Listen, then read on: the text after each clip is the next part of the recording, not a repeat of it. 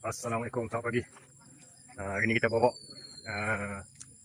budak-budak pelajar MRSM Parau hiking ke Bukit Perangin.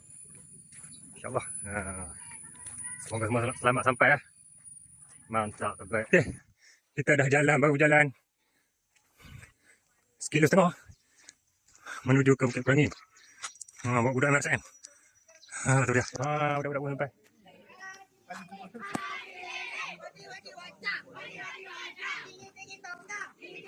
Okay.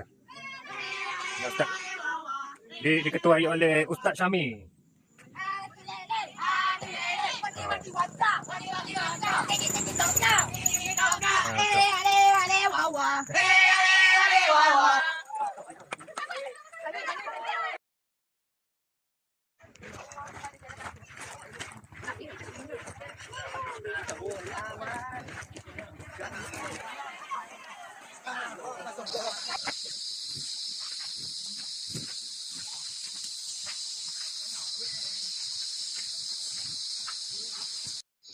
Layang.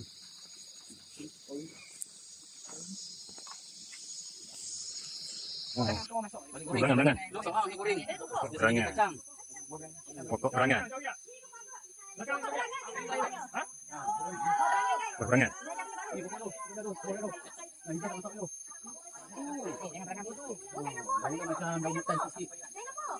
Pokok berangan. Ni kalau kutip banyak beli goreng ni. Ni boleh ni. Ni boleh. Dari sini dah tu.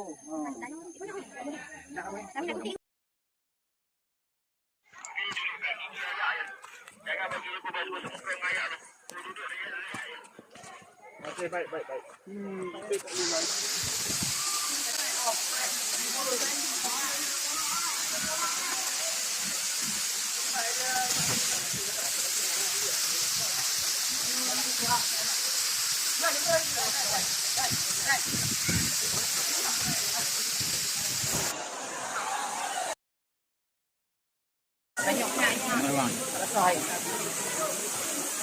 Ya, geli ya.